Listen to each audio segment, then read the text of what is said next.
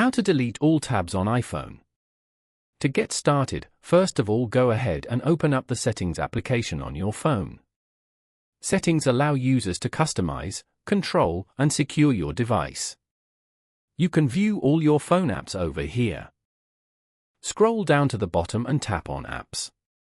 Once you are on App List, scroll down and look for Safari. Once you find it, tap on it. Safari helps to browse the internet, access websites, manage tabs, and bookmarks. It also helps with view websites, preview website links, translate web pages, and more. Scroll down and tap on the Clear History and Website Data. Here, you can change the setting to any clear timeframe to clear the history. Now, under the additional options, turn on the toggle for Close All Tabs. Then tap on Clear History. Following these steps, you can easily delete all tabs on an iPhone.